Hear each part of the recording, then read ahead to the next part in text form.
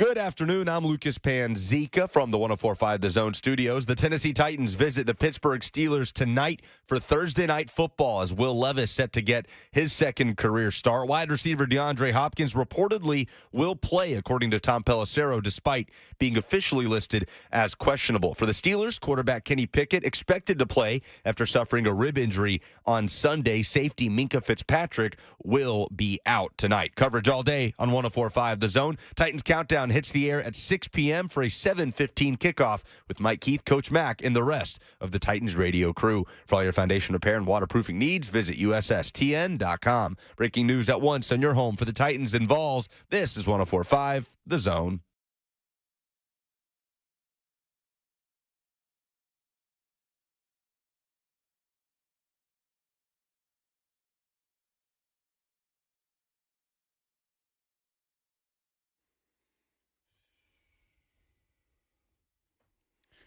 We are 6 hours from kickoff in the Steel City as the Titans get ready to take on the Steelers and try to capitalize on last week's win over the Falcons and seemingly the emergence of Will Levis. Welcome, everybody, to Blaine and Mickey, filling in for Mickey. I'm Brad Hopkins, and Blaine plays himself today, as usual. What's going on, B? Yeah, I think that's all I could do is play myself. Yeah.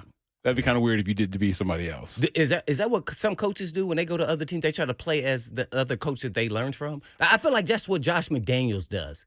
Like, what? He's a good OC, but how has he not learned how to be a head coach? It's uncanny to me. Does he try to be Belichick, and that's not who it is? And the players, grown men, say, that is fake. That's baloney. They don't listen to him, obviously.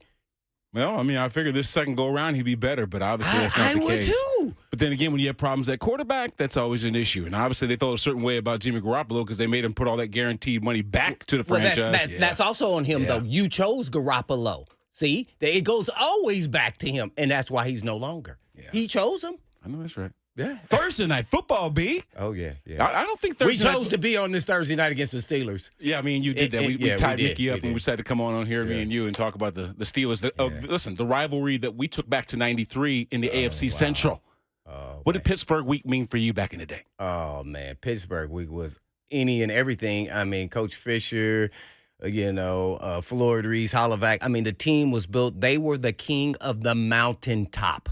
So you build your team in your division to beat that team. And so they were a physical smash mouth. We're going to bully you. We're going to run down your throat. And guess what? They convinced me that we're going to take your manhood. Oh. Yeah, that's what they meant. Oh. Yeah, because when force goes against force and you resist, that's what you have to do in this game. You must resist. Fighting the force be with you, Star Wars. But and that's what it was. I would double my pads up all week, and it was a physical week. And coaches used to say, hey, we don't play them today. We play them on Sunday, in this case, on Thursday. So this was any and everything. AFC Central, we both came in the same year. So that was first and foremost, and it's because of the history. Now, they in the AFC Central, the Steelers were the king of the mountaintop. Let it go and going all the Super Bowls in the AFC, but they would beat the Oilers, if you go look at history, in the AFC Championship 2 or 3 times. And one time was a phantom call. They called Renfro out of bounds. He was receiver for the Oilers, which would have won the game, and they would have went to the Super Bowl, but they said he was out of bounds. You and I got spoiled, though. We swept the AFC Central our rookie year. Matter of fact, we beat the Steelers twice, we beat the Bengals twice, and we beat the Browns twice to advance to the second round of the playoffs, of which Joe Montana's Chiefs knocked us out, but yet and still, we dominated that division our year. Why'd you have to bring that up? What, Joe Montana? He was a Chief. I know. It's kind of weird to say I thought there was no way he was going to finish that game. At halftime, we knocked him out, hit him. This dude's elbow was swollen. I was like, there's no way he's coming out second half to start this game. There's no way. I finally got, I was 4 games in as a starter. Then at that point in time, because I didn't start till Christmas Day, you had been starting from day one. So I was excited and pumped up, man. I had all kind of energy, and man, we took it to him in the first half, and then Willie Davis caught a one-hand pass. Willie Davis. But yeah, that was a game. But we played pretty good on defense. What about our offense at that time? Why you looking at me like that? What happened there? As a matter of fact, that was the game that Buddy Ryan and Kevin Gilbride decided to take swipes at each other, and I think that was the actual game. Yeah. I thought it was a regular season. No, it was a playoff game. No, it was a playoff game. You know why? He kept telling us in defensive meeting room, because you're not in there, I'm in there. He said, the late great Buddy Ryan, that the offense was a chuck and duck. We have talent, but he says when we get inside the 20, it's not enough space to run those plays in the run and shoot, and we need to be able to run the football down people's throat when they get in the red zone and not pass the ball, and it's going to cost us a Super Bowl because, as you know, that was a Super Bowl contending type team. I had no idea, but the late, great Bud Adams tells us in training camp that if we don't go to the Super Bowl, this team is going to be dismantled. Do you remember that? He said this in training camp, and I thought, as a rookie, oh, man, am I getting cut? I had no idea what he was like. Whoa, we're going. No, that meant Warren Moon to Minnesota. Right. That's exactly I had no meant. idea. So they had been together and had a great team. We were some pieces to the puzzle. I was a depth piece, backup in case somebody got injured. You were a starter immediately. So key cog and piece to the team then in '93. So. It was a heck of a run, but the Steeler history in the Oilers, man, goes way back, and it is hatred along the way. Mm-hmm. I'm telling you, whenever we played them, I wanted to get some of that Bettis, boy, and sometimes he got me. Are you sure you wanted some of that Bettis? Are you sure you wanted some of the buzz? Oh, you had to live for it. Oh, man, I loved it. Yeah, but, you got to rise to the occasion against the greats. And that's how I felt, man. And not to say that I won all the time, but I definitely got respect from our opponents, that's for sure. Now, you remember back when they first started Thursday Night Football, it seemed like the matchups during that week were pretty garbage. You know what I mean? The color rush games, all this other stuff, but not so much anymore. It seems like there's some pretty good matchups on Thursday night. Yeah, they've had some pretty good matchups. And then you thought most of the time it was the road team who lost. That's kind of changed this year, too, because of traveling short time frame, turnaround, and everything else. So it's kind of evolved, man. Football is, in the NFL is every day. Eventually, it's going to be every day of the week. I'm assuming, especially if they expand here over and out of the country and everywhere else, then there's going to have to be some days. I mean, they said they were never going to have football on Friday. Well, they did that, too. Yeah. Because of high school football. Man, so, yeah, it's been a heck of a run. But, man, the Steelers are, outside of the Ravens, the Steelers were first the hatred as a player, me, and then it became the Ravens. So the Steelers were first because they were so good, and then the Ravens, as we got here, I would say as a Titan, became the hated team, at least from my eyes. Mm-hmm. What about you? Well, hold on a second. Sidebar. You mentioned football on Friday nights. Mm-hmm. I just got off the phone with Scott Stidham. Oh yeah, that's my coach. I don't know if everybody knows I'm the DB coach there at Independence High School. Great human being. You guys are on the road against Smyrna tomorrow night. Yeah, we are, man. And, Smyrna. I gotta get some notes from you tomorrow before we leave here. Watch this. The only note you need to know. They're good. Coach speak right there, right? Yeah, Coach. They're good. Until we win, are we good enough? Will Bowling and I will be in Smyrna doing Friday Night Rivals. Oh, that's awesome. Checking out the game. Yeah, so we talked to Coach Matt Williams, too. So that's going to be a barn burner. We're excited to be a part of that whole conversation. But that's going to be fun. Then. Getting back to the matchup tonight, Cam Hayward, he's off the injury list. Kenny Pickett is off the injury list. We're going to catch up with Levon Kirkland, a guy that you and I did me specifically, you and the other side of football. Did you have some battle? Yeah, he's outside linebacker in the 3-4 defense. Of course we did. No, he played inside. Was he inside? Okay. They had Chad Brown and who was the Kevin Green? Yes, Kevin Green. But I know Greg Lloyd and Green were first. Yeah. I don't know who after that, who was I want to say Chad Brown and somebody else. Mm-hmm. But they always had great linebackers. That was a staple of the 3-4 defense. So yeah, he was inside 99. That would help you remember because it was always weird that he wore 99 in the inside linebacker. He was big boy too for inside linebacker. Yeah. You know what? You were gracious enough to get him to be a guest on the show. We're going to catch up with him in about 10 minutes or so. He's a former teammate of mine. Did you know that? I didn't know that. Oh yeah, that's why you got him.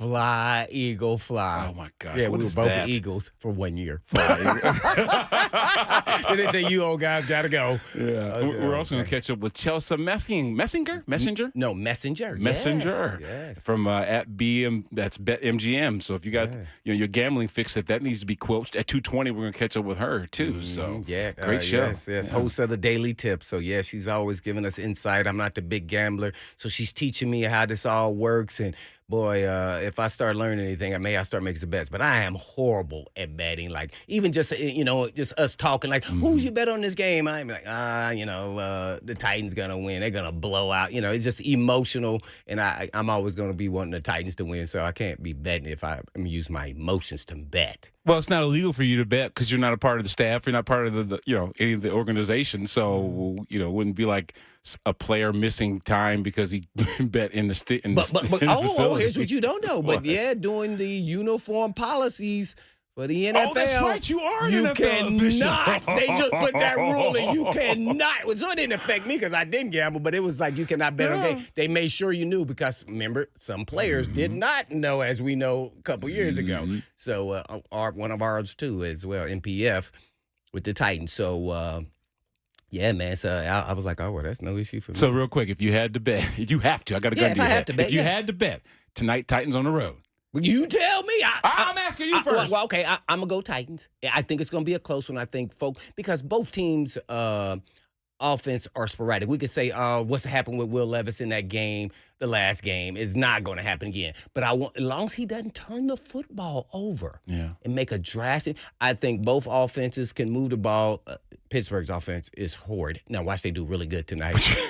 It never fails. That's why I don't bet. And our defense is going to have to rise to the level of their pass rush. So I think we'll do enough and move the ball enough to win the game in a close one. Nick Folk, game winner, walk off. Yeah. The fact that they've got their quarterback back, but he has missed some time. But with ribs. Right. And that's okay, how about this? Yeah. How about Big Jeff fall on his ribs? Ooh, Oops. Sorry. I don't think a flak jacket will help him against Big Jeff landing on him. No. Yeah. That is a powerful human being. Well, let me ask you this. I know you were a tackle, so he's a D tackle. But if he did one of those ET stunts and he had to come out there, tell me how you would approach a powerful player like him. Or give me an example of someone like him when you played, more so or less. Sure, I was on the outside, but we had to pass off many stunts where the defensive tackle would come out my way. I just wouldn't let him gain up that momentum that 200-plus pounds, well, I don't guess how much he weighs, right? Maybe 3 bills. Yeah. I'm not going to let him build up all that steam to knock me over, right? You see a lot of dudes sit back in their stance, allowing that space to be the problem for them because when Jeff comes downhill, bro, you're not going to stop him. So getting to him before he gets that momentum going to me would help. But you got to be able to see what you're actually passing off. That has been problematic for the guys up front, and usually that comes from not playing together for a long period of time and switching guys out. That might not be the most advantageous situation, but sometimes it works out, and maybe some would consider the lineup that we had last week did pretty well. 11 hits on Will Levis last week, that might be more problematic, but as long as he's able to get the ball out of his hands, and that will be at the behest of what? The receivers getting open, getting some separation, allowing the quarterback someplace to go with the football, that would always help in protection. So we'll hopefully be able to establish the run game like we would like to do, right? Seemed like the Baltimore Ravens had the key on Derrick Henry. Get to him before his third step, and you have a better chance of bringing him down. But we've seen him in a number of occasions, either in the Wildcat or whatever, really take advantage of his skill set and being able to hit that next gear. But, hey, listen, we got to take a break. When we come back, Levon Kirkland will be joining us, and we're talking more about this Steelers-Titans matchup on Thursday Night Football. You listen to Blaine and Mickey right here on 104.5 The Zone. Can't wait.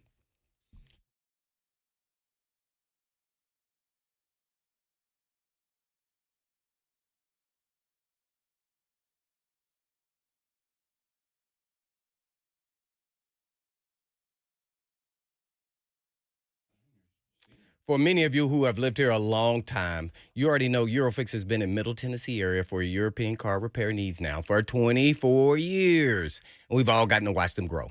And I don't know about you, but I love watching a hometown business take off. Well, we're now proud to announce the 5th location in Mount Juliet for Eurofix on Mount Juliet Road, right across the street from Dairy Queen. And Eurofix can serve you in Franklin, Hundred Oaks, Murfreesboro, Belmead, and now Mount Juliet. Pretty cool getting to watch a small-town mechanic starting in the barn in his backyard of a single-wide trailer and now grow to 5 locations repairing thousands of cars each month. And at Eurofix, you get a 3-year nationwide warranty and a free loaner car with every repair appointment. And all you have to do is just give them a call at 844-EUROFIX. That's right, 844-EUROFIX, or you can just visit them online at myEurofix.com. That's myEurofix.com. But always tell them Blaine said you.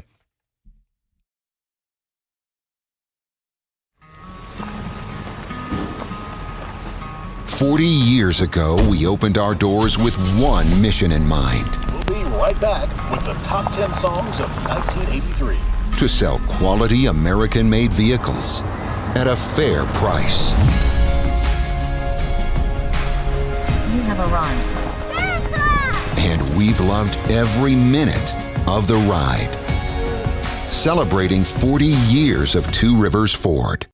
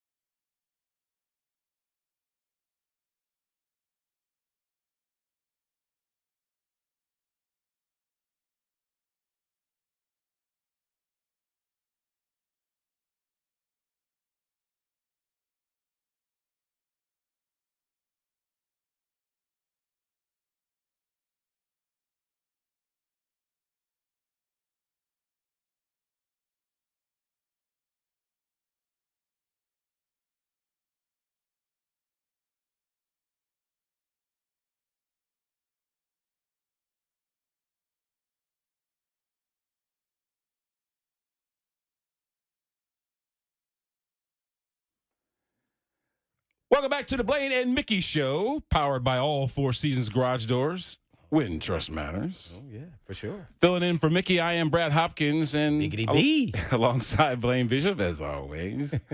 We're talking about that Steelers rivalry in the matchup, and before we get joined by Levon Kirkland here in just a few minutes. Who's doing the speaking engagement, so he may be a little bit late. That's cool. So That's cool. Don't worry That's about cool. it. Yeah, he's hey, like, little known fact. You mentioned during the break that he's on the South Carolina Hall of Fame. yes, there. Guess who else is on the ballot? Crazy enough as it sounds. Who that? Yours truly. Don't say Mickey B. Me. Yeah, you see, whoa, wait a minute. Why'd you get mad at me when I said you were from South Carolina a long time ago, about a year ago? I said, I did not know you were from South Carolina. I'm not from South Carolina. I was born in South Carolina. Well, that's where you're from. Let's have a conversation here, Okay, Joseph. okay. Help us out. Help us old guys out. So if you are born somewhere, isn't that where you're from? Yes. Okay. Well, but Yeah, help me here. say you're born somewhere and you move when you're like a toddler, Like 3? a child, and you grow up in another place, you're from that other place. Yes. That's where you grew up. That's what yes. influenced you. Okay. Yes. Okay. But like if you I was born in I was born in Nashville Hospital, but I grew up in Murfreesboro. Because that's where, But that's where still we in the lived. same It's same state. area, but like Yeah, that's just true, yeah. for Well, he was like 3 or 4, and then he moved to like St. Illinois. Louis. Where'd you go? Illinois. Yeah, Yeah. Illinois. But So I I've did lived in not Illinois know most of my that life. until like a year ago that you were from South Carolina. You've been hiding this from me all this time. The funny thing is, I can't remember what player it was. Somebody texted me and like, "Hey, I'm on the ballot for the South Carolina Hall of Fame, as you are." And I was like, "Me? Why am I on the ballot for South Carolina's Hall of Fame?" What? Just because I was born in Columbia, South Carolina. Actually, to be specific, Fort Jackson. My dad was in the service, and after I was born, my mother and I flew over to Germany. We lived over there for a couple of years before we came back to the States. military kids. It's harder Yeah. to do that because they move so much. Exactly. But anyway, crazy enough, Lucas Panziga came in, and we were talking about the Steelers and how well they actually travel. And I mentioned to him, guys, that back in the day, obviously steel was king. Pittsburgh had the lock on the steel industry, and when we saw the collapse of the steel industry, I think you saw a lot of dispersed workers that had to go find work in other parts of the country.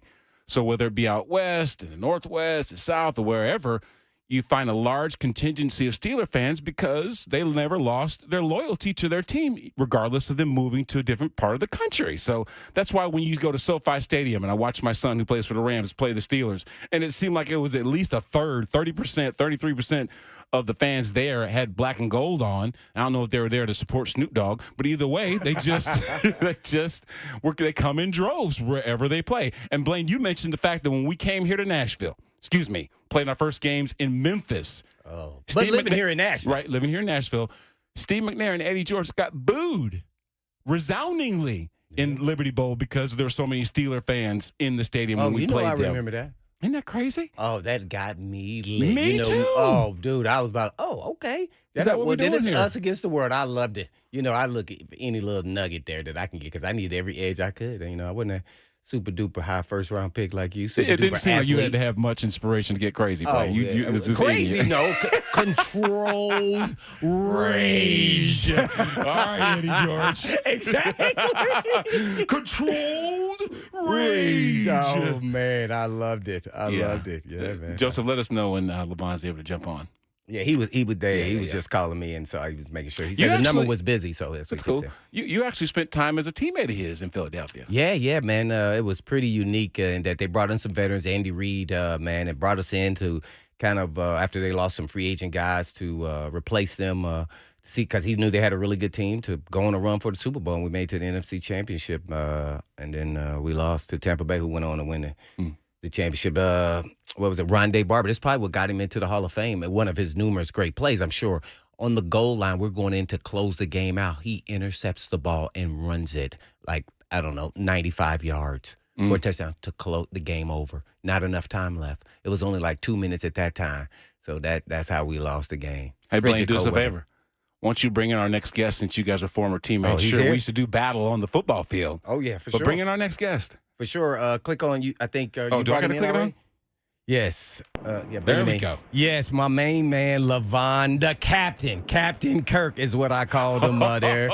He from Clemson. We played him up there, and, I think they called it Death Valley with Ball State. Almost got him up there, too, by the way. He was in a speaking engagement, so first and foremost, I wanted to say thank you. I'm sure you're finished now, but just finding time in the Clemson Hall of Fame, South Carolina Football Hall of Fame, and two-time Pro Bowler, All-Pro, two-time in NFL's 1990s All-Decade team, which is pretty unique. And then, I guess, Captain, tell us what you're doing today. Hey, man, thanks for having me, Blaine. You always my guy. Yeah. I was really speaking at a touchdown club in Lawrence, South Carolina, just giving some encouragement to our football players and also to the touchdown club. I'm also with the South Carolina Football Hall of Fame, so I do a lot of speaking engagements, man. Really just trying to give back to South Carolina because we're like 43rd in the nation as far as college and career readiness. So, I thought that, hey, man, we need to do something about that. So I'm working with the South Carolina Hall of Fame to do that, man. We're spreading our wings, man, and we're trying to help people out. We're trying to, especially student athletes, we're trying to help those guys out. Yeah, no doubt about it. Great human being there, Levon Kirkland. I got to start it off right here. Right now with this big human being here, B-Hop. All right, let's just say this. I'm not going to say B-Hop. Just say, was there ever run-ins with any of our offensive linemen when the Steelers played the Titans when we were there on the team, man? Just tell me what the thoughts were going into the game and who was it that tried to bamboozle? Because we had some bad mamma jammas on that offensive line now, Captain. You guys had a tremendous offensive line, and it was always a battle. It was going to be a cage match every time we played you guys. But the one guy that I got into it one time was Bruce Matthews, man. I couldn't believe it. What happened? Why couldn't you believe it? Well, I'm the living legend. What do you mean? What did you get him or did you not? People don't realize, even though you make Hall of Fame, you get got too. You get got. It's not like you go in a game and you like flawless. People get you, man. It's just a matter of you get them more than they get you. Oh yeah, it's always a trade-off. But on that particular time, my man tried to cut me. And Bruce had a big head. But I just put my hand behind on his neck, and when he was trying to get up, I wouldn't let him up because I knew he was trying to cut me. I just let him know what time it was. Ooh. Back when cutting was legal, right, Levon? Man. I know people would say the Hall of Famer won that, but I got with Bruce that day. Oh. Well, Yeah. any scrapes, I know you were in the middle. I know probably more outside linebackers were going against him at the time. Name the outside linebacker. I think Chad Brown and who was the other? I don't remember. Is it Joey Porter was one of them. Or Gilden His or dad. whoever it was. Yeah. Jason Gilden. Maybe. Yeah, so what'd you see on tape, though, on film with B-Hop? Don't be starting nothing, Blaine. Yeah, I just got to get the inside scoop. B-Hop was a real good player, man. I remember B-Hop from when he played in Illinois, and we played them in a Hall of Fame game in Tampa, Florida. Yep. Oh, when you were with Clemson. What happened? Shut up, Levon. Shut up.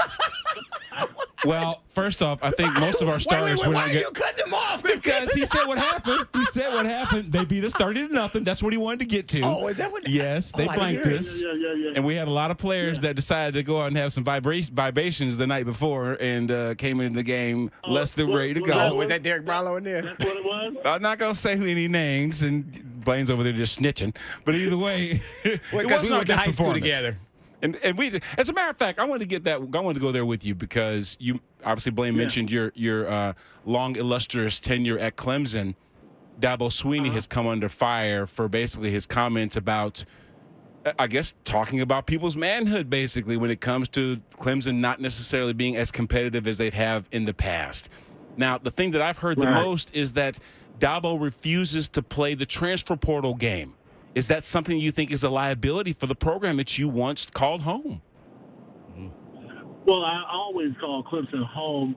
That is a part of it. People are saying that he doesn't want to go in the transfer portal, where nowadays it seems like that's the thing to do. If you look at Florida Florida State, you look at Duke, teams like that, Miami, they got a lot of their players from the transfer portal, and they're doing really well. Well, we're still kind of thing.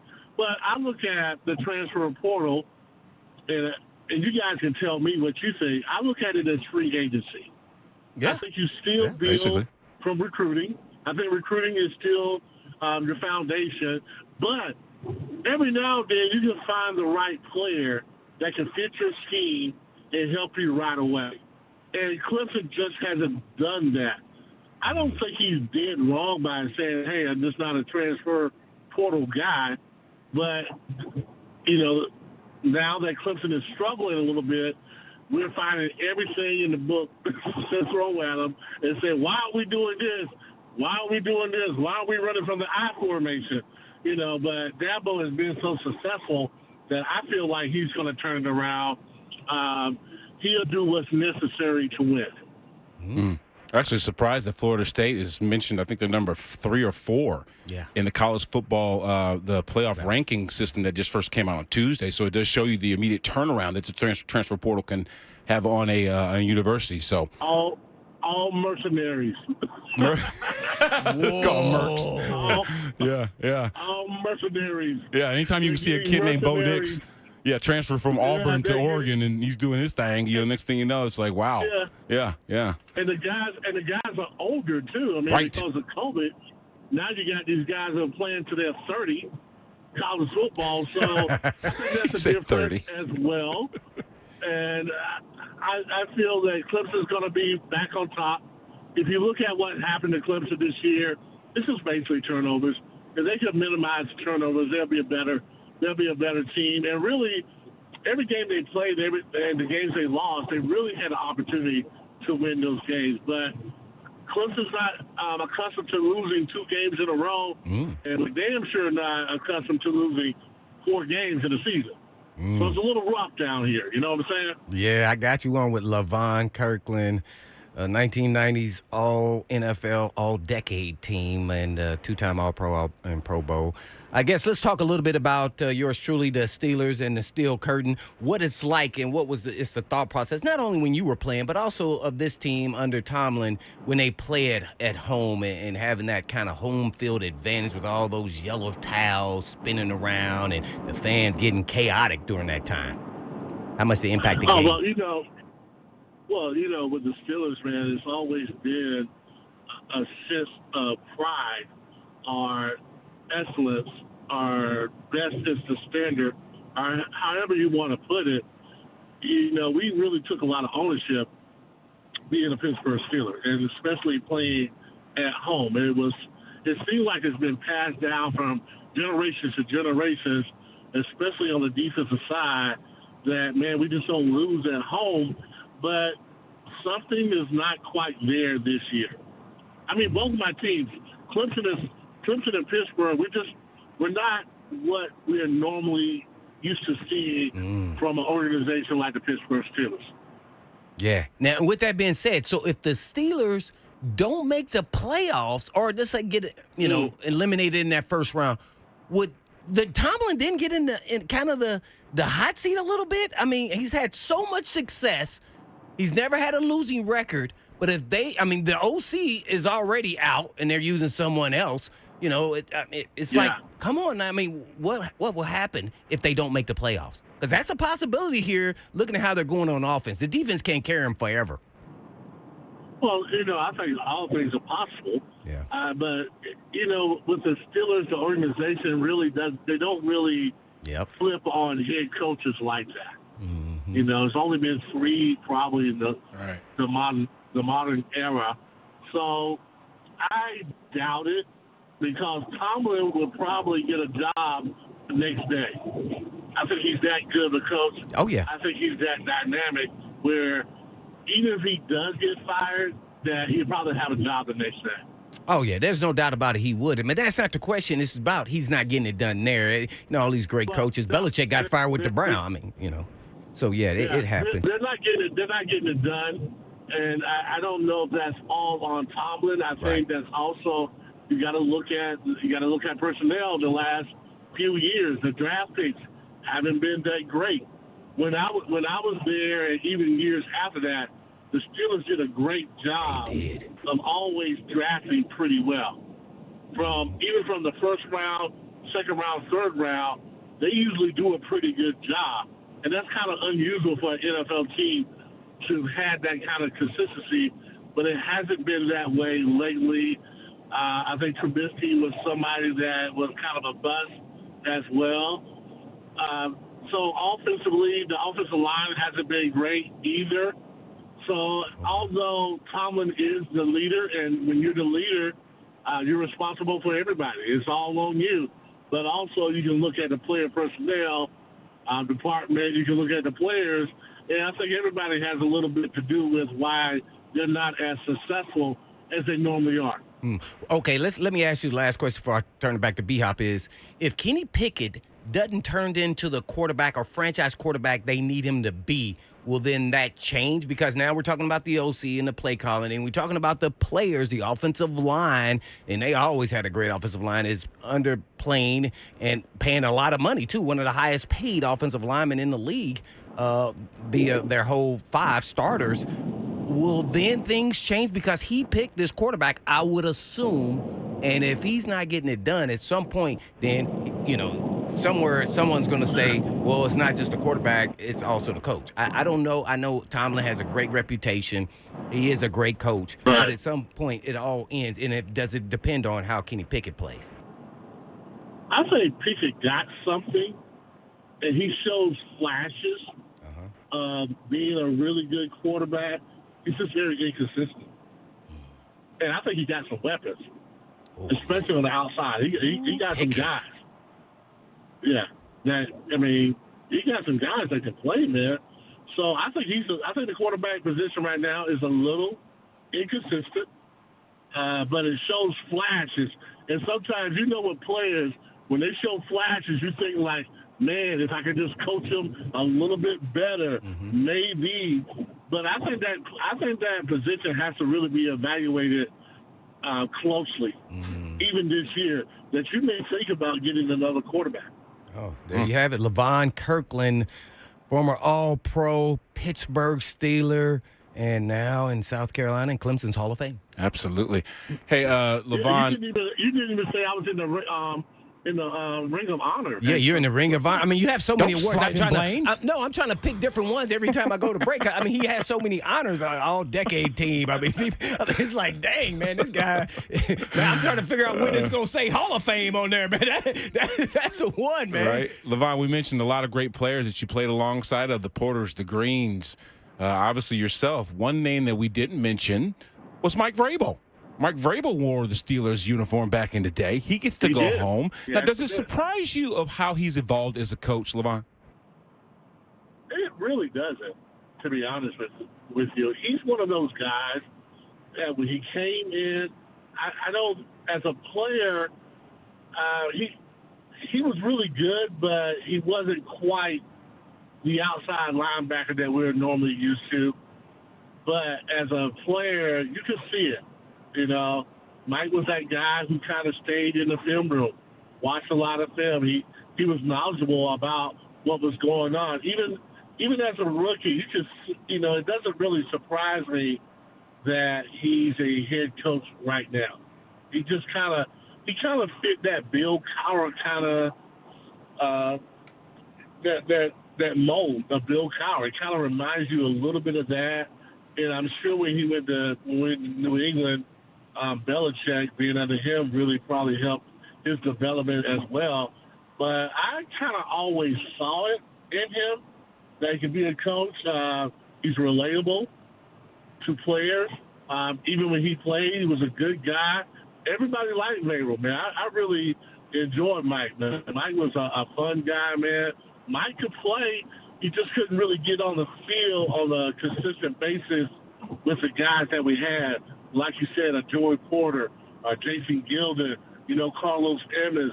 Those guys were what we were accustomed to as far as the outside linebacker position. And Vrabel just couldn't get in at the time, and it was a good move for him to go to New England. It really was. But, yeah, you can see it. even back then that he probably had a chance to be a coach. I mean, head coach. I was like, wow, on the NFL level, but he's doing his thing. I'm very proud of him. Leave us with this, Levon. Will Levis has been filling in for Ryan Tannehill. We're not sure that will be against Tampa here in a couple of weeks, but tonight he gets the starting job. Last week, 11 hits, but was very, very efficient, setting some records as a rookie quarterback. Cam Hayward is back in the lineup. He got T.J. Watts to contend with. So tell us that kind of defense that Will Levis will be facing tonight.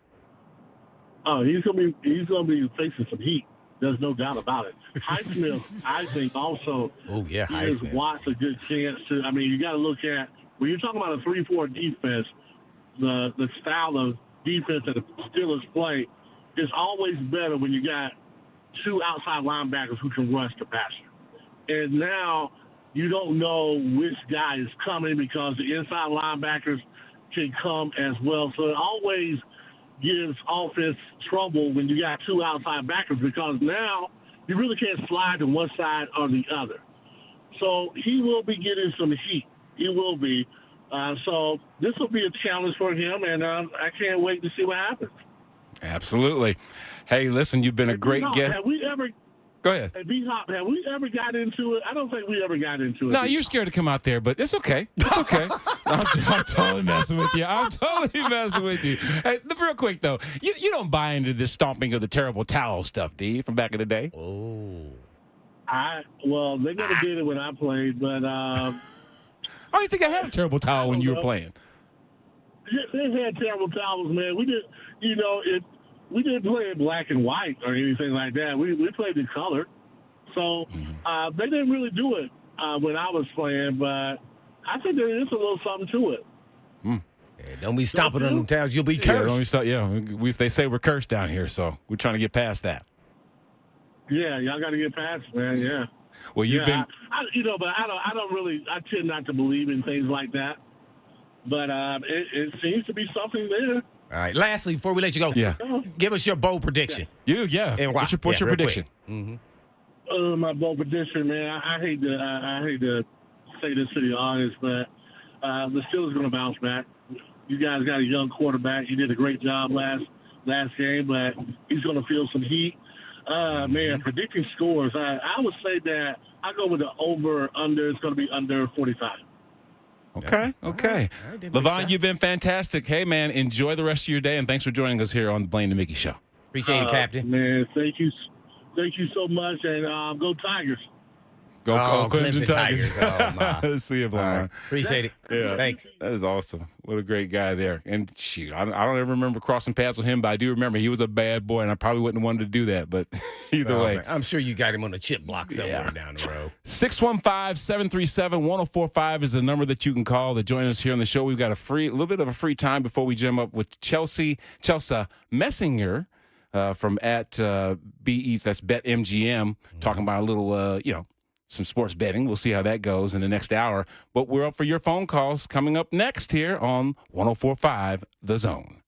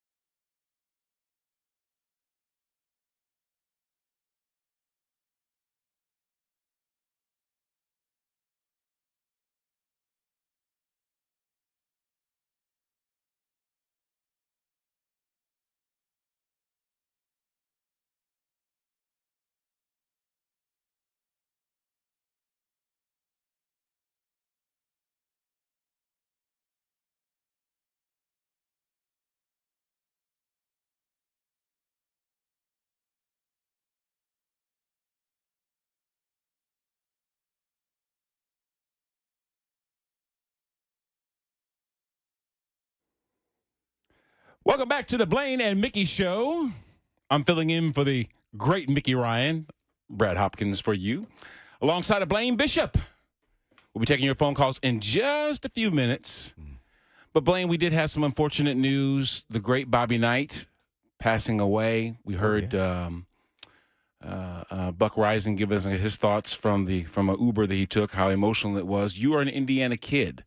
You know, back in the day when Bobby Knight was king of the castle, so to speak. You know, give us your thoughts, your memories of Bobby Knight. Oh, man, you know, I caught the tail end of all of that when he won all those championships, and, you know, he was a phenomenal coach. You know, I know he had Krzyzewski on his staff when he was at Army before he even got to IU, and, man, what his success, his resume speaks for itself. But there are always some bumps in the road there along the way there, especially towards the end, and it's unfortunate, but eventually he was no longer the coach. You know, he was kind of sporadic, bully type, you know, coach. And back then it was okay. Today's world, it's a totally different world. So, best of, the best to his family and everything else, man. I know he was in some serious health issues because they had a couple of events here these last couple of years, and he couldn't even show, and was actually for him. So on his day of passing, prayers to go out to all those involved around family and friends and his teams and everybody he touched. Because I went to a couple of his basketball camps. Last year in Indiana, basketball's king of the hill. So, I have some, minor interactions there when I was a kid, but, 10, 11, 12 years old.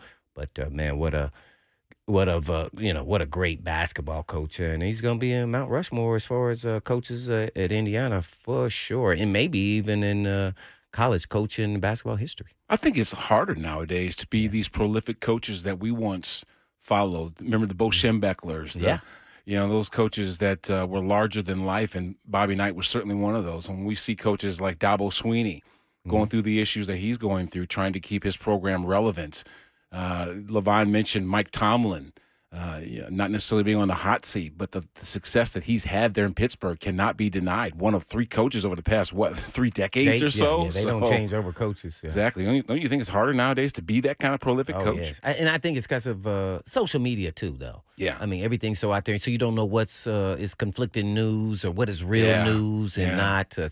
It's much difficult now. But, wow, tough sledding there, man. But always tough when someone passes away. But we got one more caller before we go to break, talking Steelers. Kenny the Mailman. What's going on, Kenny? Hello, it's 2 of my all-time best. How are y'all? Appreciate it, man. Kenny. How are you?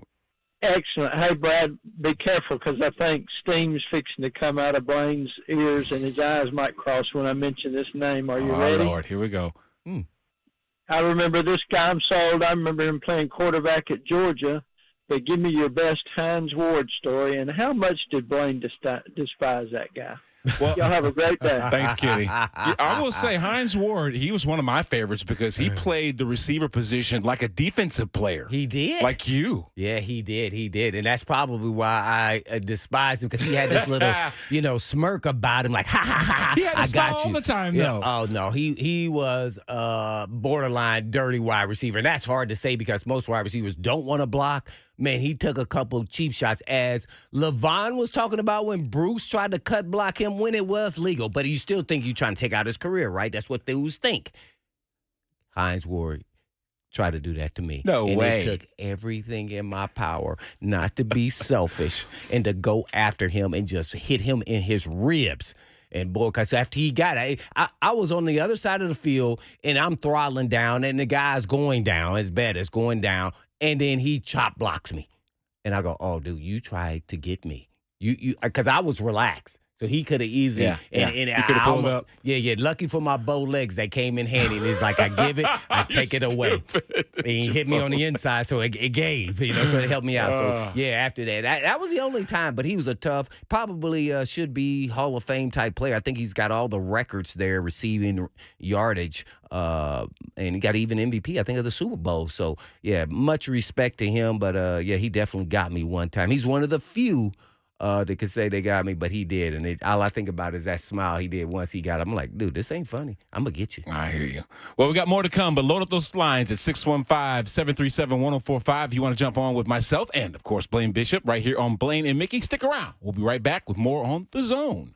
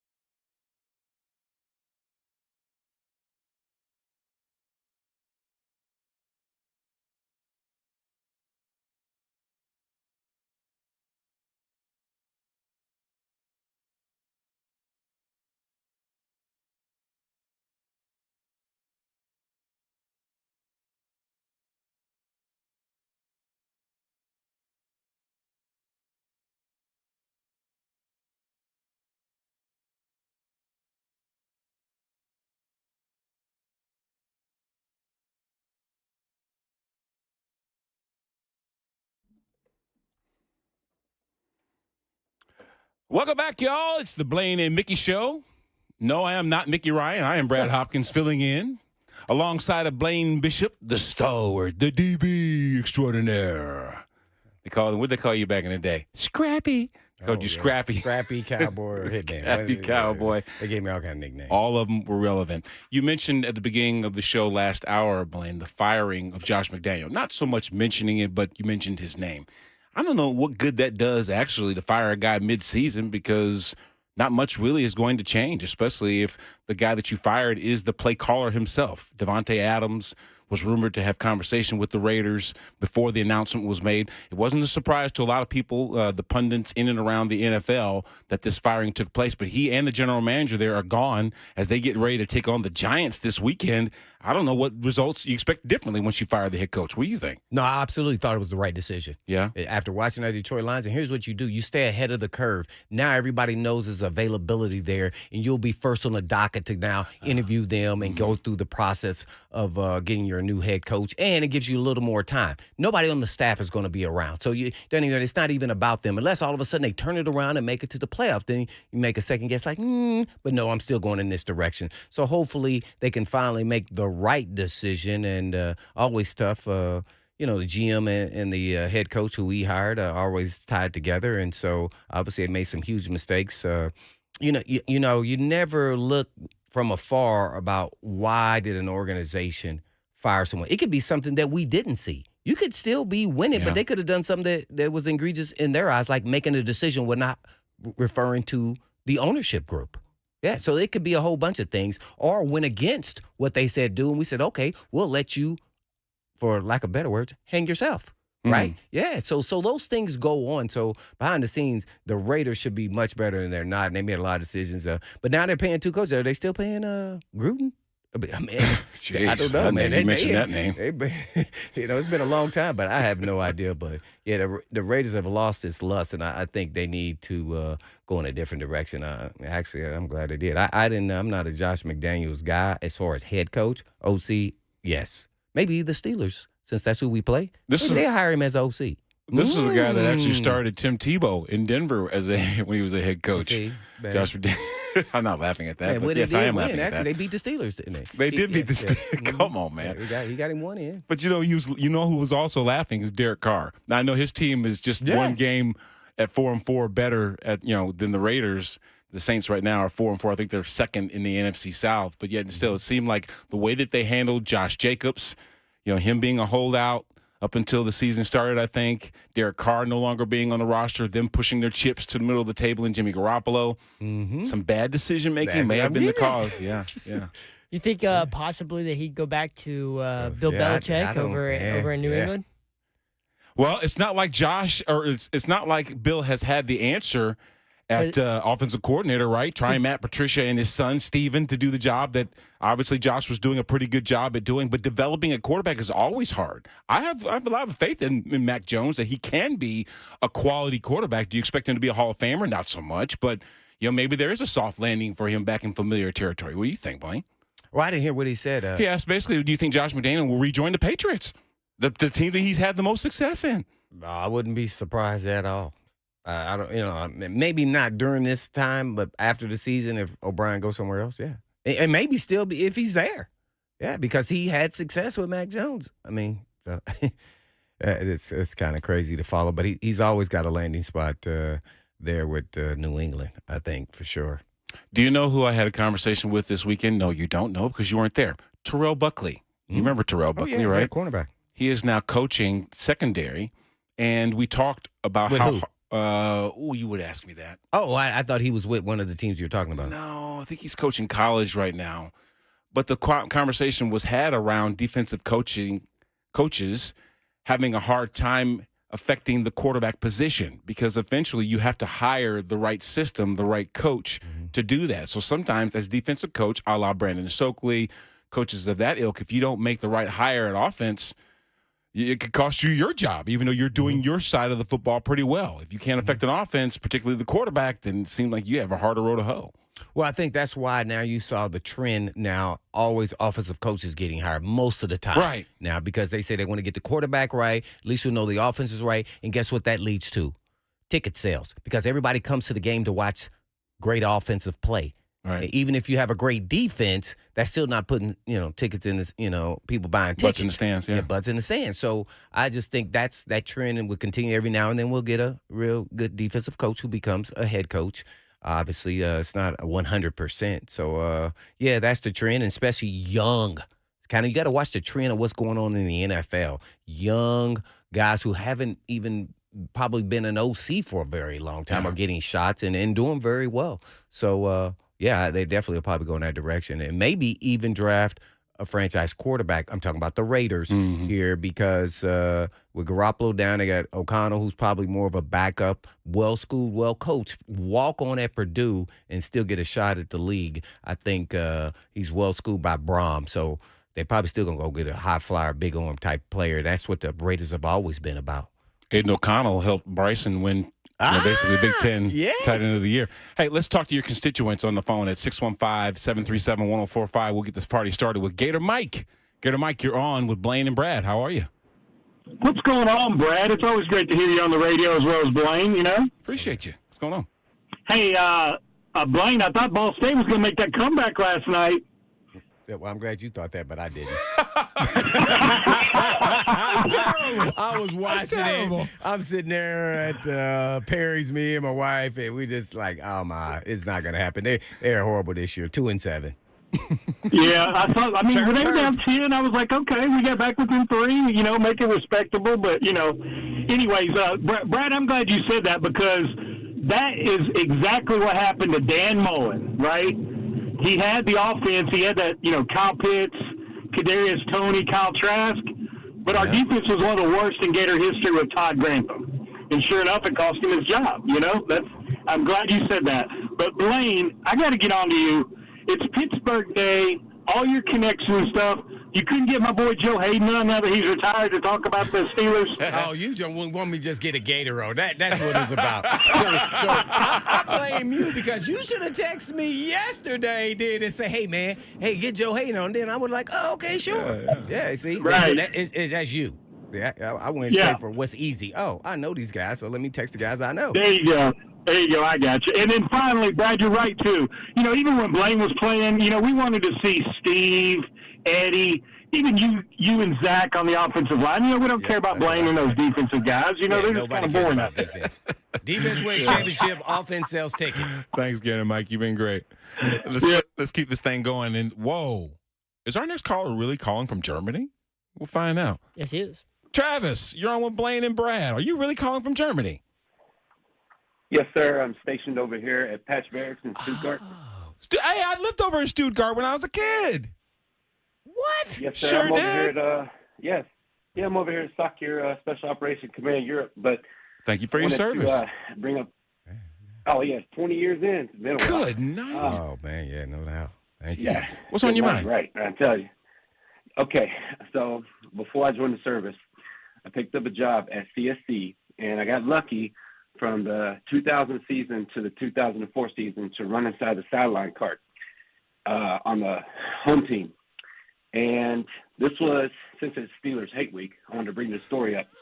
2003 was 2 Steeler games the Titans played. They were really fun. And the little bald guy, Mr. I think it was Watterson. Sam Watterson, the string coach. Steve. He supposedly poured chicken broth because there was no coffee on the sideline. Yeah, he did. He did. Chicken broth that the guy. Yeah, we just saw him this past week in Alumni Week. It was awesome to see it, just tell all the stories he's done, and that was one of them. Go ahead, Travis. But as a young man, seeing this, I was crazy to watch and listen to the way you NFL players talk to each other. It reminds me of the military, to be honest with you, but especially overseas in certain situations. But won't go there. Then it was the Joe Nedney where he fell over himself kick. That was the best part. That was the coup de grace of the year for me.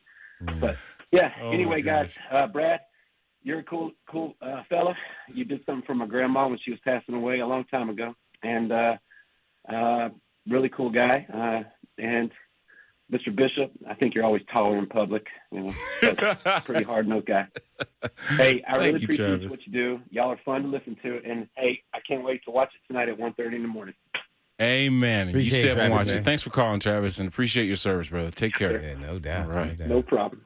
And that's true. Whenever you see Blaine in the streets, he is a lot taller than you would think he is on radio.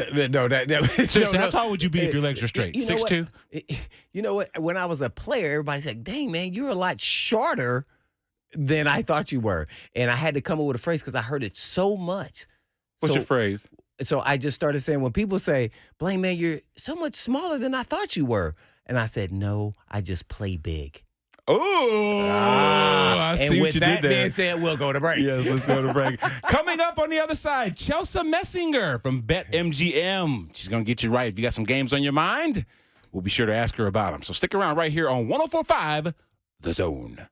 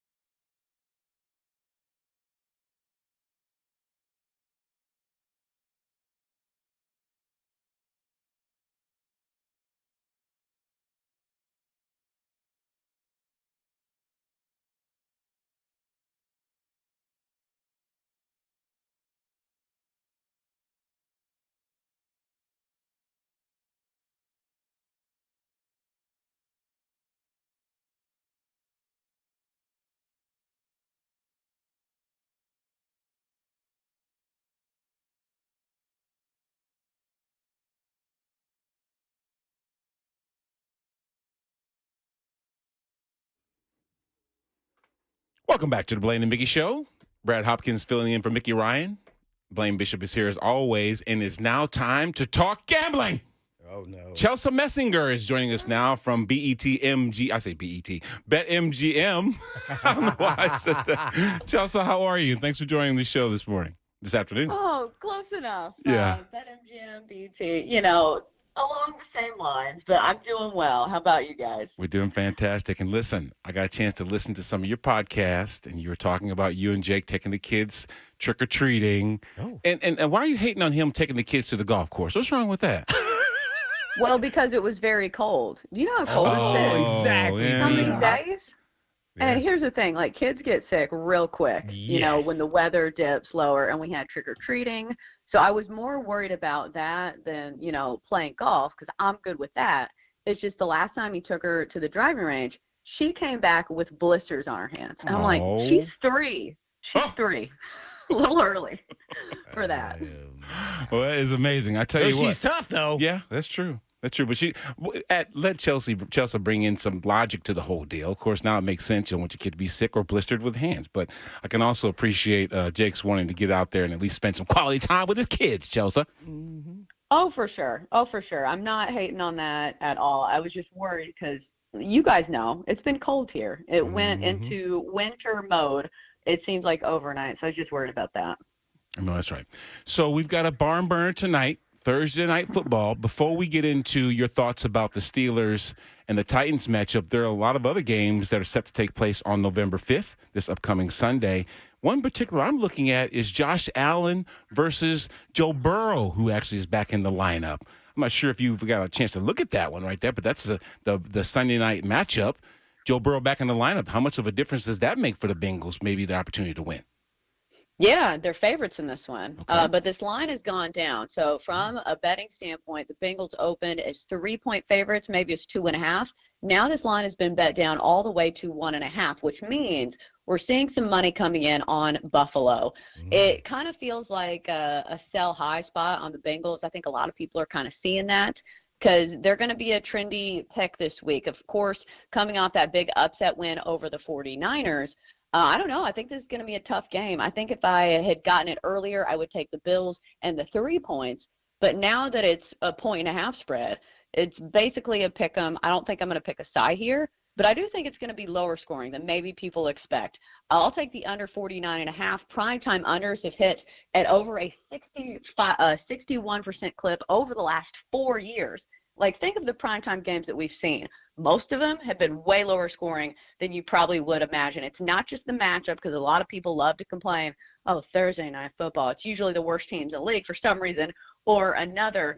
But this is 2 good teams, but it's a high total here and 2 above average defenses. So I think both these teams can have sustained drives as well, 2 good offenses, but I'll hit the under 49.5 between the Bengals and the Bills. Chelsea, I got a hard one for you before I hand it over to Blaine. The Minnesota Vikings are on the road against the team that the Titans beat last week.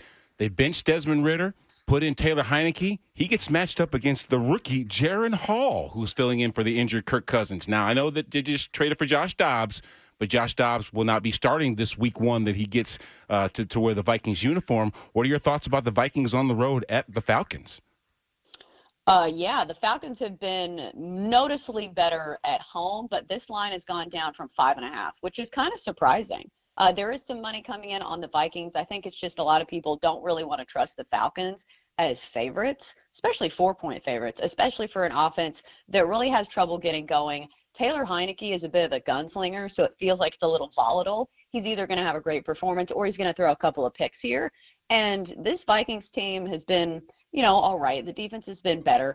It's not one of the cellar dweller teams, I think. So I think people are just saying, hey, any spread over a field goal, we'll take the underdog here. Also, usually in Falcons games, the kicking props have been really profitable. Younghoe Koo has been a solid kicker, as we saw against the Titans. They don't have these props listed yet, but usually for the Falcons, they're not a good red zone offense. They usually struggle in the red zone, and they have a good kicker, which means you take the over on Younghoe Koo on his field goal prop. We're on with Chelsa Messinger, host of the Daily Tip.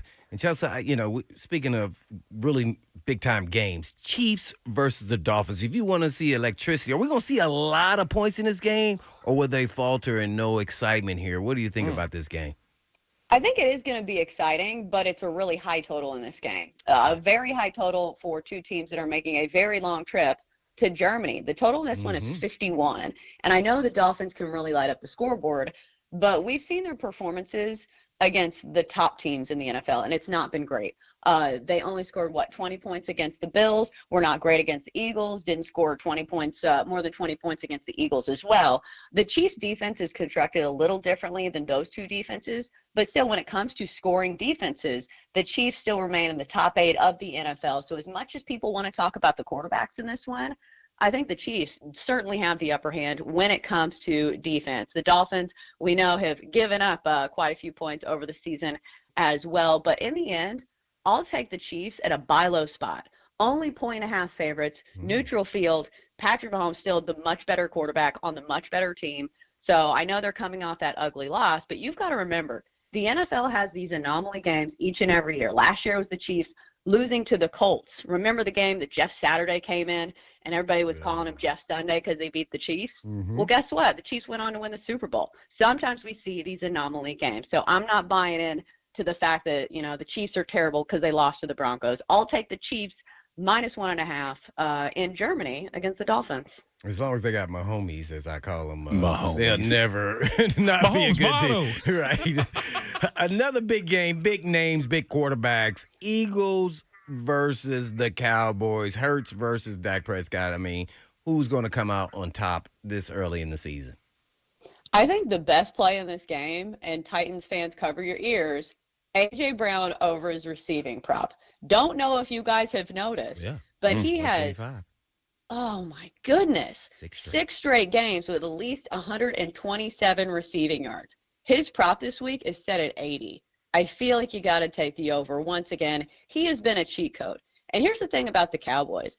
It's really tough to gauge where they're actually at because they haven't played a ton of good teams. The only good team they've played, the 49ers, they got stomped 42-10. George Kittle had 3 touchdowns and Brock Purdy threw for 4 touchdowns. So I know that on paper they are a great defense. I still think A.J. Brown can do some damage on that secondary. I'm not sure if I want to pick a side, though. It's a divisional matchup. 3 points there for the Cowboys. So I think I'll just go with A.J. Brown to go over his receiving prop of 80.5. There you have it. Chelsa Messinger, host of the Daily Tip.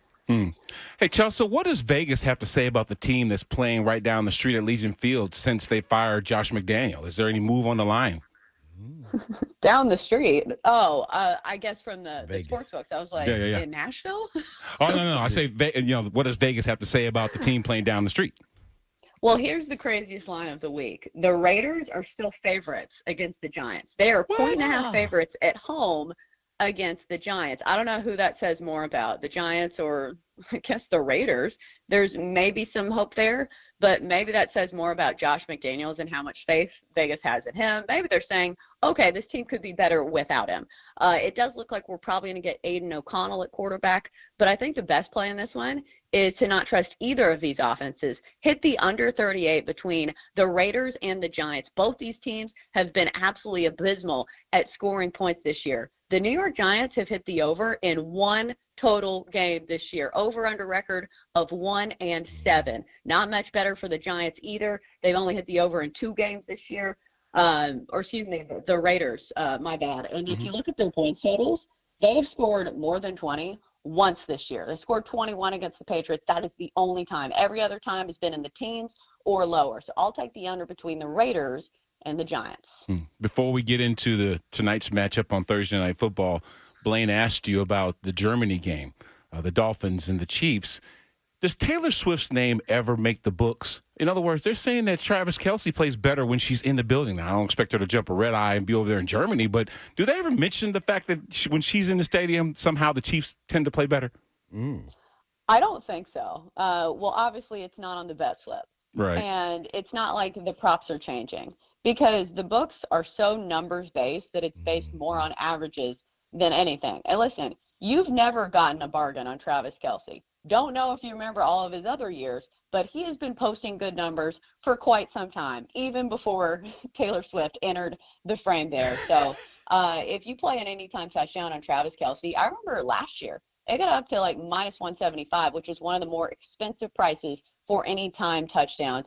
This week, it's only minus 140 against the Dolphins. I don't think there's going to be as many touchdowns as people probably expect. And here's the thing. Patrick Mahomes is one of the best at spreading the ball around. So I think you do have to be careful with Travis Kelce receptions or yardage props because, number one, you're not getting a bargain. And number two, Patrick Mahomes is pretty solid at spreading it around, even to a very thin core of receivers. We're with Chelsa Messinger, host of the Daily Tip, and I guess let's talk about the Titans versus Steelers and some of your best bets, not only in that game, but some of all your best bets throughout the NFL and college, if there are any. Yeah, let's talk about Thursday Night Football. I've been waiting this whole segment to get to it because I'm really excited to see what Will Levis can bring to the table in his second full game now that he's got the full reign of this offense. I think for me, I'm going to lean on DeAndre Hopkins to go over his receiving prop of 53.5 yards. I think any Titans fan that watched last week's game probably be with me on this because here's the thing when you have a rookie quarterback and you have somebody who can come in and kind of skew the averages. Will Levis is going to want a security blanket. His security blanket is probably going to be DeAndre Hopkins because when he threw it to him down the field in that last game, he made all the catches. And we know that's why the Titans went out and got D-Hop, so he can be down there somewhere. And plus, he's gone over this number in 3 of his last 4 games. He's going against the Steelers secondary that's going to be without Minka Fitzpatrick, and they've given some crooked numbers up to opposing number 1 receivers. Nico Collins of the Texans had 168 yards. Devontae Adams, 172.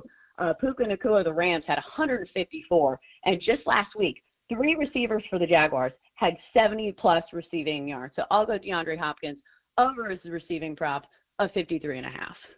Wow, man, that's pretty impressive. I have to ask you, even though they're not the biggest of games, but they're in the AFC South. Texans versus Bucks, Panthers versus Colts.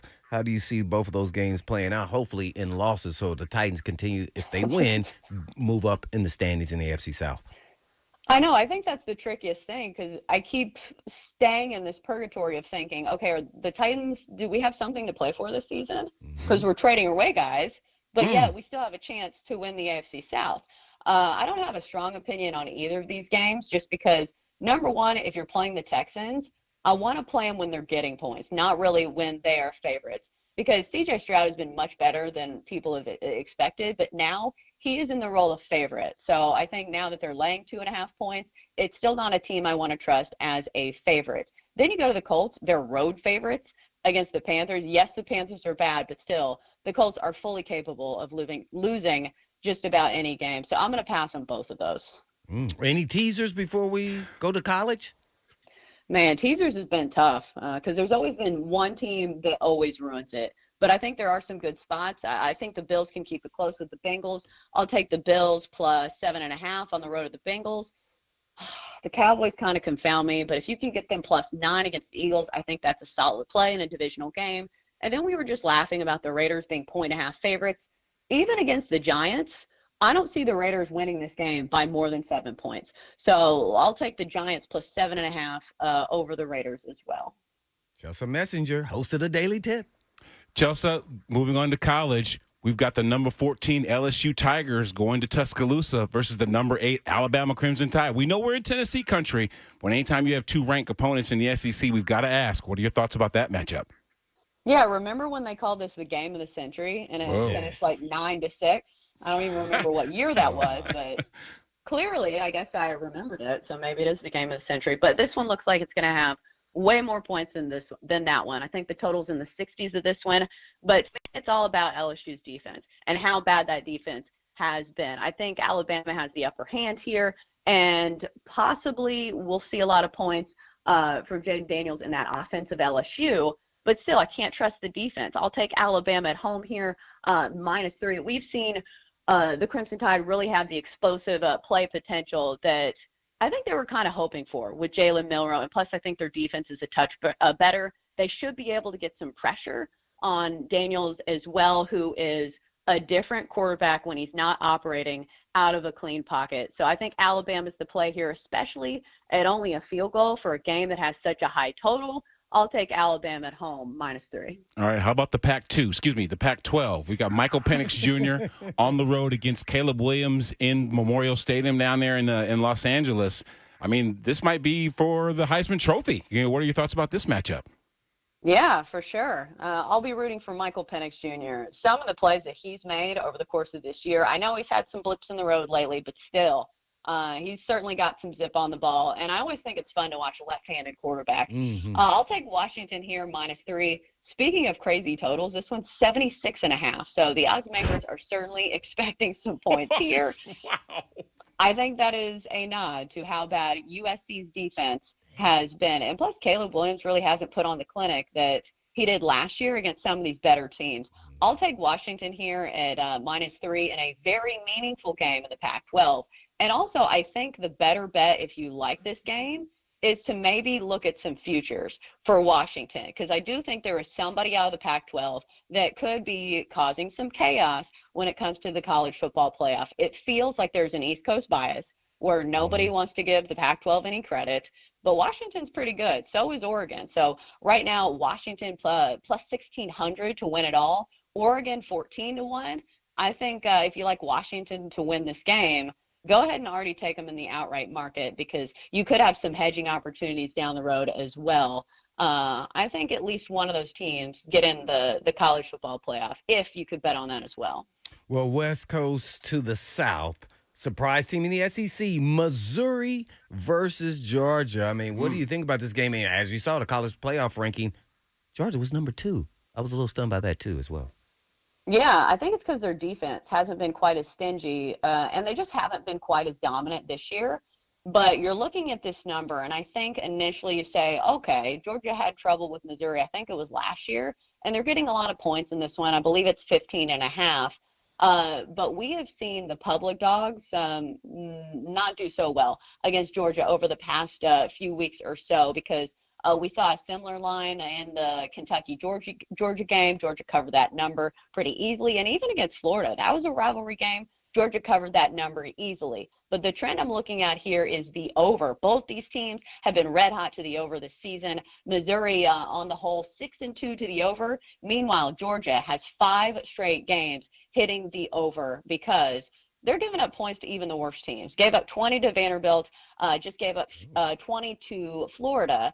So even if Missouri does not cover this number, I do think they can score some points. And meanwhile, Georgia's offense has hit another level. It's crazy that Brock Bowers is out, and now they're an even more explosive offense. They put up 43 and 37 and 51 in their last 3 games. So I'll hit the over 55 between Missouri and Georgia. Well, let's stay local here for my last ones, and that is Auburn versus Vandy, as well as UConn versus UT. And I know what I'm learning from you is I stay away from that UConn-UT run, right? Yeah, that doesn't look like a number you want to play. What is it, 35.5, something like that? Here's the thing. If Tennessee had the dynamic offense that they had last year, I would be all for it. But it just doesn't feel like a consistent enough and explosive enough offense just yet for me to want to lay that big of a number. It just doesn't feel like a play for me, especially when they can get that cover in garbage time. As far as Auburn and Vanderbilt, I'm not going to lie, I have not looked at that game, but Vanderbilt has been one of the worst covering teams in all of college football, so I'm probably not going to start backing them now, even though they are getting 12.5 points. So no thanks. I will not taking Vanderbilt, who's 3-5 against the number this year.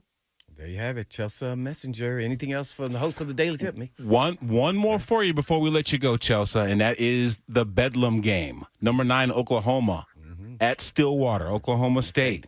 What are you seeing in this matchup? Yeah, I'm seeing a home dog in a rivalry matchup that I think is being undervalued. This one opened, I think, at 9.5, Oklahoma State getting 9.5.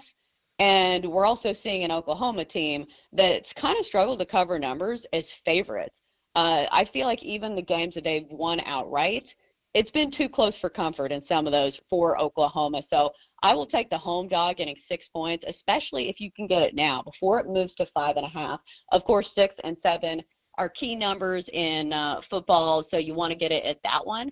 But Oklahoma State quietly 6-2 this year, 4-1 at home. Meanwhile, you're looking at OU, who against the spread has been pretty solid, but I think this is a rivalry game, and in rivalry games, you take the home dog. So I'll do that. Oklahoma State getting 6. Lastly, and it seems like I said that before, we do have Marcus Freeman taking his Notre Dame Fighting Irish down to Clemson. Is this an opportunity for Dabo Swinney to shut Paul Feinbaum up? Tough. He has a lot to say this year, doesn't he? Dabo Swinney is very feisty these days. It feels like Notre Dame should be the play at -3, but it's wild to me how sometimes when you see these very obvious plays, because Notre Dame's looked like the better team this year, but I would still say Death Valley is one of the tougher places to play in college football. So I think I'd take the 3 points with Clemson. It's not one of my favorite plays, but we'll do that if you're asking me to pick a side. You have been fantastic, Chelsa, and we hope that you and your husband hit them straight. Yeah, no doubt about it. So tell everybody where they can find you, too, by the way, right. Chelsa. You can find me on Twitter at Chelsa Messinger, or if you want to listen to the podcast, The Daily Tip, just search The Daily Tip wherever you find your podcast, or just search BetMGM. It's one of the first things that pop up. You've been fantastic. Thanks, Chelsa. Appreciate it, Chelsea. Thanks for having me. All right. Hey, and that's an easy listen, too. I've just turned it on just to get some background, and I ended up listening to the entire first hour of the show, and they had 3 of them. So, anyway, it's your time now to jump on the phone at 615-737-1045. If you want to cuss Blaine out, just get on with Blaine and myself. You can do that. Do? No, I'm just kidding. Man. We'll be right back for the last segment of Blaine and Mickey Show right here on 1045 The Zone.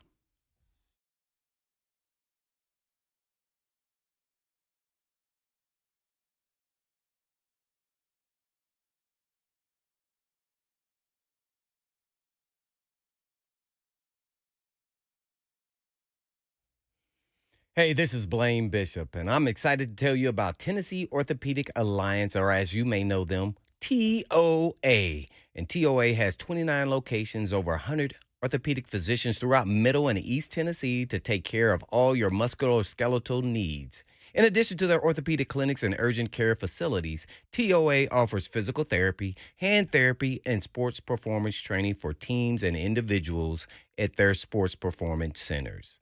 And as a former professional athlete, I know how important access to expert orthopedic care is. And whether you're an athlete, active adult, or just looking to get back into living your best life, you can visit TOA online at TOA.com. That's TOA.com, or you can call them at 1-855-NEED-TOA. That's 1-855-NEED-TOA.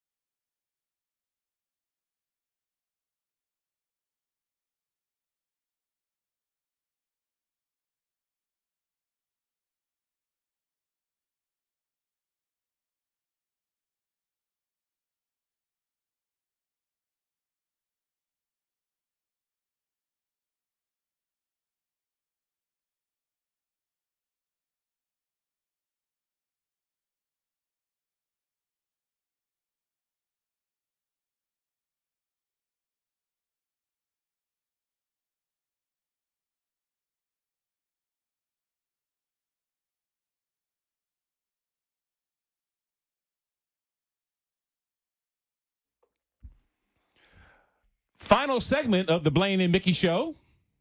You can catch Mickey Ryan and myself. I'll be filling in for Blaine. Got a big game down there in Smyrna as the Independence Eagles go down to play the Bulldogs in Rutherford County. Oh, yeah. You'll be calling that game, right? Yeah, me and Will Bowling will be on the Friday Night Rivals call. And you excited about that matchup, bro? Who? I'm excited about every matchup. I know you are. Long as we win. Well, come on, man. Yeah, man, we gotta win, man. Hey, man. I mean, hey, at the end of the day, yeah, it's fun, but hey, we want to win. It's a business trip. Yeah, I know that's right. Speaking of a business trip, the Titans got to take care of business tonight. Thursday night football. All eyes will be on Mr. Will Levis as he's getting his second start after a tremendous performance against the Falcons last weekend.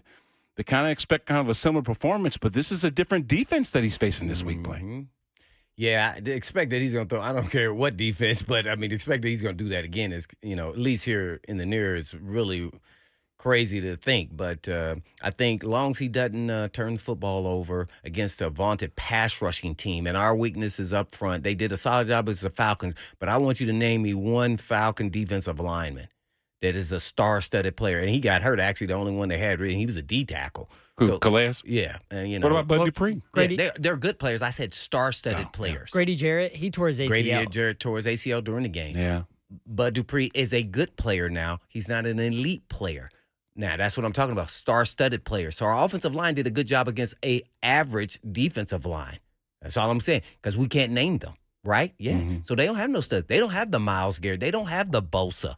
But the Pittsburgh Steelers have two dudes that can get after the quarterback. Yeah. And that is our weakness. So as long as he can stay upright for most of the part that's this game and then don't make critical mistakes, that hurts him, I think this is going to be a defensive effort on both sides of the ball, and the quarterback who does the best is going to win. Pickett's still a young quarterback, too, so got to remember. And he's playing in an offense that hasn't done – they're averaging 16 points a game or somewhere thereabout. They're not explosive like they normally are.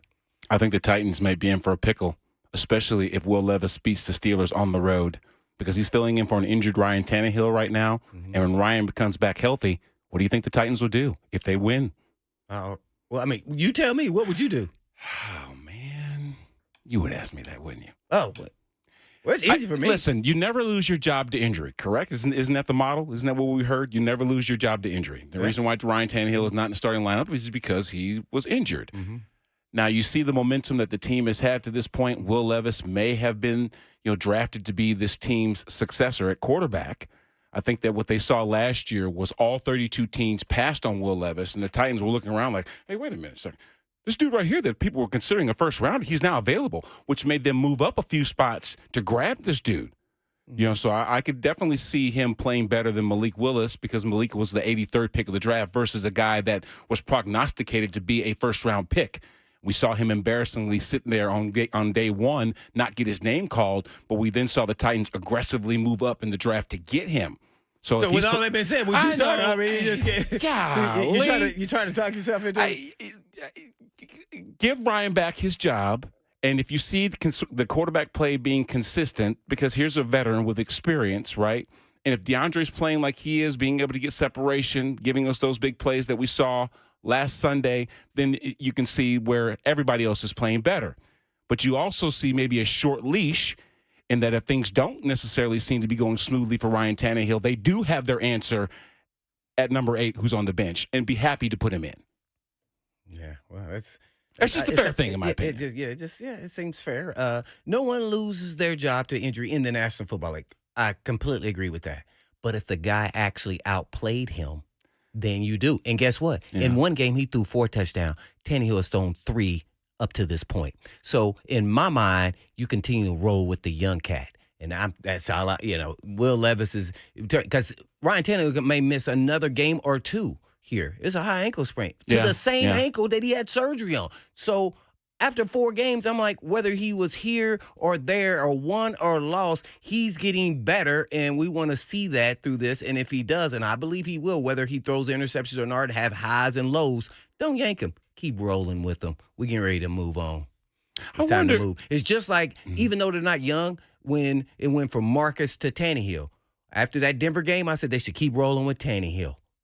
What do you think about Amy vetoing the Derrick Henry trade? I don't know if that was true or not. I like it. A lot of it was rumor, but I don't know if that was true, so I that's can't true. answer it. Yeah. I mean, she didn't call me and ask me what I thought, so I'm just saying. I do agree, but now that they're winning, but I would want, if I was doing that and I'm the owner, I also want to bring him back to a small $5-6 million a year type deal, maybe 2 or 3 year, and keep the role that he's in, and maybe a little bit less, and then take care of him. He can go, his legacy and Hall of Fame and everything else can be predicated based off of being a Tennessee Titan. Yeah, I'd like to see him retire. Just like, remember Bettis, his last 3 years? Right. Parker was the main guy. Parker, yeah, you're 39. right. Yeah, who was the deep, and Bettis was the role guy who got the tough yardage. He would I think he got like 300 or 400 yards that season, and Parker got 1,200 yards. Blaine, thanks for letting me hang out with you today. Oh, it's always fun. Yeah. Revisionist history, man. Former roomie. And same year in the draft. That's pretty cool. Amen to that. First pick and last pick. Well, thanks you guys for joining us, and join Mickey and I tomorrow on the Blaine and Mickey Show. And that'll do it for us. What do you have to say, B? But in the meantime, in between time, peace.